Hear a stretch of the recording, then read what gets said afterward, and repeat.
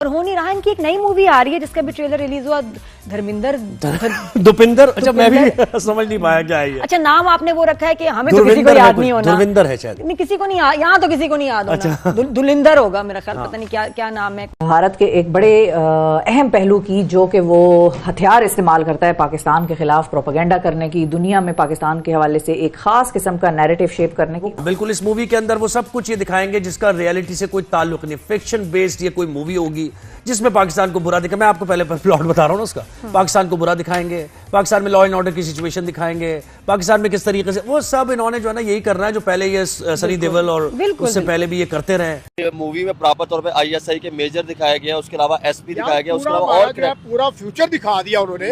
मैंने देखा वीडियो के अंदर लियारी की जो सिचुएशन थी वो दिखाई, चड्डे भी बीच में थे। तो अब इसके साथ इस ट्रेलर को देखने के बाद इस तो पाकिस्तानी जो फिल्म मेकर्स उनके लिए भी एक टिप्पणी ये है कि भाईजान कि हमारी कहानियाँ ये इंडियंस जो फिल्म प्रोड्यूसर एंड डायरेक्टर सुना रहे हैं, उसकी वजह क्या है? उसकी वजह है कि हमारी जो फिल्म इंडस्ट्री वो ख़त्म हो चुकी है और हमारे जो भी अभी भी जो कहानियाँ थोड़ी बहुत हमारे हम देख रहे हैं, जो ड्रामा इंडस्ट्री जो भी है, वो सास बहू, मोहब्बत, शादी, प्रेगनेंसी, इन चीज़ों से कब निकलेंगे हम कोई एक्चुअल कहानियाँ क्यों नहीं दिखा सकते? अब मैं ये नहीं कह रहा हूँ कि रहमान डिकेट हो या एसपी चौधरी हो या इवन के लाहौर की कुछ कहानियाँ हैं, बहुत सारी कहानियाँ हैं। जब हम नहीं दिखाएंगे तो दूसरा दिखाएगा, तो दूसरा तो अपना प्रोपेगेंडा उसमें ऐड करेगा ना। लेकिन क्या है इसके पीछे? यकीनन ही हमें मैलाइन करने की कोशिश है कहीं ना कहीं इस मूवी के अंदर, फिल्म प्रोपेगेंडा के नाम पर। तो ये अब और नहीं चलेगा। आजकल बड़ी तेजी आई हुई है। जी वो देखिए, अब उनके पास क्योंकि जब से मोदी साहब ये अब तकरीबन 10 साल हो गए गवर्नमेंट में आ गए, तो एक स्टेट लेवल के ऊपर पूरा एक जो है ना पॉलिसी है कि इस तरह की फिल्मों को जो है उन्होंने तरवीज देनी है। और हम देखते हैं कि अभी बहुत ज्यादा तेजी से अक्षय कुमार साहब ने तो एक मशीन लगाई हुई है ना घर में, वो हर हफ्ते जो है वो एक फिल्म निकाल के फेंकते रहते हैं।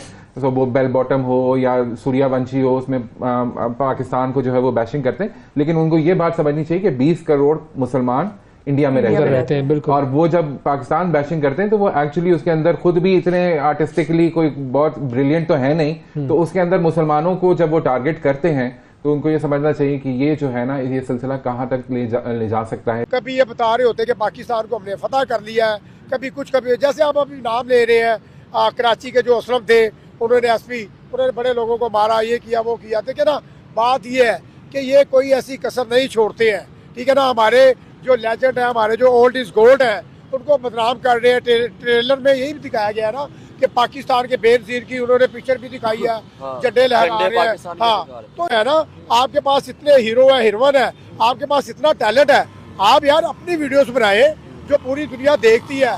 आप जब भी नई फिल्म आती है, जब भी कोई ना कोई प्रोपेगेंडा करना होता है, जब आपके पास लड़ने के लिए हथियार ना हो, ताकत ना हो, फिर आप आके ड्रामा बना देंगे पाकिस्तान के अगेंस्ट या कोई ना कोई फिल्म बना देंगे पाकिस्तान के। मुझे समझ नहीं आती कि आप लोग इतने ऑब्सेस्ड क्यों हैं।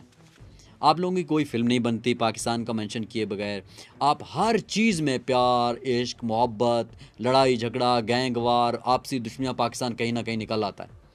तो मुझे तो एक तो ये तो इससे साबित हुआ कि आप लोगों के पास अपनी कोई कहानी बची नहीं है और अब आप एक अंटाई पाकिस्तान, जो पाकिस्तान के खिलाफ एक जहरीला मवाद है, वो आप शेयर कर रहे हैं। जय हिंद दोस्तों, नमस्कार दोस्तों। जब से धुरंधर का ट्रेलर आया है तब से पाकिस्तानी बौखलाए हुए हैं और कह रहे हैं कि भारत ने एक और फिल्म पाकिस्तान के खिलाफ बना दी है। इस फिल्म का ट्रेलर देखकर पाकिस्तान मीडिया ने मोदी, आरएसएस और हिंदुत्व का राग अलापना शुरू कर दिया है। पाक मीडिया कह रही है कि भारतीय फिल्में पाकिस्तान को एक आतंकवादी मुल्क दिखाती है और ये सब मोदी, आरएसएस, हिंदुत्व का एजेंडा चल रहा है। पाकिस्तानी कह रहे हैं कि इस फिल्म में भारत के जासूस पाकिस्तान में घुसकर पाकिस्तानियों को मार रहे हैं। पाकिस्तानी अपने लोगों पर फिल्म क्यों नहीं बनाते हैं? हमें भी ऐसी फिल्म बनानी चाहिए। दोस्तों, मैं इन पाकिस्तानियों से कहना चाहता हूं कि पाकिस्तान के पास बनाने के लिए और दिखाने के लिए कुछ भी नहीं है। इन पाकियों की भाषा से लेकर वेशभूषा तक, खाने से लेकर पानी तक सब कुछ हमारा है और ये हमारा ही इस्तेमाल कर रहे हैं। यहाँ तक कि पाकिस्तान की जमीन भी हमारी थी जो हमने इन पर रहम करके सन 47 में भीख के रूप में दे दी थी। तो फिर ये पाकिस्तानी 71 में अपने 93,000 सैनिकों की पतलूनों को दिखाएंगे या ऑपरेशन सिंदूर में तबाह हुए हवाई अड्डों को और मारे गए आतंकवादियों को?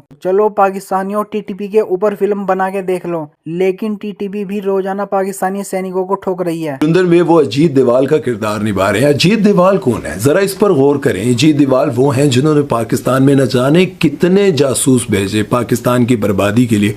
वो दिन रात कोशिशें करें। आपको पता है अजीत देवाल न जाने कब के रिटायर हो चुके होते, लेकिन वो अपनी जॉब का समझ लें कि तीसरा टेन्योर पूरा करें। उनकी रिटायरमेंट न जाने कितने साल पहले हो चुकी होनी थी, लेकिन पाकिस्तान के खिलाफ प्रोपेगेंडे करने, पाकिस्तान को खराब बर्बाद करने के लिए वो दिन रात मेहनत कर रहे हैं, इसलिए उनको रिटायरमेंट नहीं मिल रही। और ये इंडिया की तारीख में पहली बार हो रहा है। और इनका ओहदा क्या है, ये करते क्या है? ये इंडियन नेशनल सिक्योरिटी एडवाइजर हैं और इन्होंने पाकिस्तान के खिलाफ इतने बड़े बड़े कारनामे किए हैं, इंडिया की नजर में इतने अच्छे काम किए हैं कि इनको रिटायरमेंट नहीं मिलनी चाहिए। 1947 में ये दोनों मुल्क एक साथ आजाद हुए थे, एक साथ अलग हुए थे, उसके बावजूद वो हमारे बारे में इतना तक नहीं जानते कि हम सर पे टोपी नहीं पहनते, हमारे यहाँ सुरमा नहीं लगाया जाता। तो ये जो आप गेटअप और ये किरदार हमारे पाकिस्तानियों के दिखा रहे होते हैं, माजरत के साथ ये अफगानिस्तान के किरदार हैं जो कि आजकल आपके बहुत अच्छे दोस्त का कैरेक्टर प्ले कर रहे हैं। तो माजरत के साथ ये जो फिल्में आप बना रहे हैं वो पाकिस्तानियों के बारे में नहीं है, वो अफगानियों के बारे में है। अगर हमारे बारे में आप लोगों को फिल्में बनानी है तो उससे पहले जरूरी है कि आप हमारे बारे में जानें, हमारे बारे में रिसर्च वर्क करें। आप लोग जब यहाँ आते हैं तो इतने डरे हुए सहमे हुए होते हैं कि आप हमारे दरमियान घुल मिल भी नहीं पाते। हम लोग अगर इंडिया जाते हैं तो हमें पूरा आप लोगों के बारे में सब पता है। इवन बॉलीवुड फिल्मों से हमें आपके बारे में सब पता लग चुका है, लेकिन बदकिस्मती से आपको हमारे बारे में कुछ भी नहीं पता। अवाम है वो इन फिल्म्स को बाय कर रही है या नहीं? देखिए, इंडियन अवाम कौन है? जिस तरह मैंने कहा 20 करोड़ मुसलमान तो इस वक्त बैक फुट पे हैं वहां पर इंडिया में, और वो तो बेचारे और बाकी माइनॉरिटीज का भी बुरा हाल है, बाकी माइनॉरिटीज का भी बुरा हाल है। और जो जिंगोइज्म उन्होंने इस वक्त अपने अवाम को जिस तरह चार्ज किया है मोदी साहब ने अपने पॉलिटिकल गेम्स के लिए, ऑफ कोर्स, तो उसके अंदर वो आप क्या एक्सपेक्ट करते हैं? लेकिन मुझे ये लगता है कि साउथ तो शायद साउथ ऑफ इंडिया तो बिल्कुल इसमें शामिल नहीं है। ठीक है, वो तो नहीं है, हाँ। वो नहीं है। ये नॉर्थ की कहानी है, हाँ। यूपी, गुजरात, नॉर्थ, यहाँ पे ये जो है ना ये पॉलिटिक्स बेची जाती है। चौधरी असलम इसलिए मशहूर हैं, जिसकी अभी भी इंटरनेट पे वीडियोस, पिक्चर्स आप देख सकेंगे कि वो अपना गन उठा के, और ख़ास तौर पर उसका गला ऐसे खुला हुआ होगा, हाथ में पिस्टल लिए कराची की सड़कों पे घूमता था।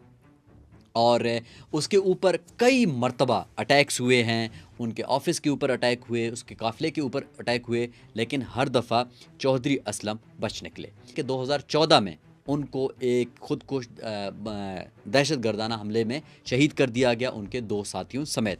अब इंडियन इस फिल्म में चौधरी असलम को कैसे पेश करेंगे वो तो फिल्म देखने के बाद ही पता चलेगा।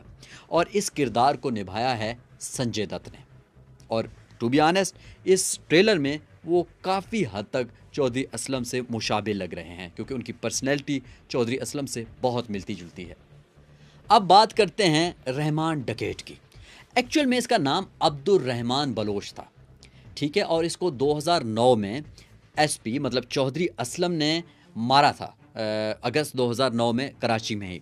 तो ये लियारी गैंगवार के एक सरकर्दा रहनुमा थे, और ये इस लिहाज से अपने गैंग्स के हवाले से गैंग वार्स में एक बहुत मशहूर नाम रहे हैं, जो कराची की तारीख जिन लोगों ने पढ़ी है उस हवाले से।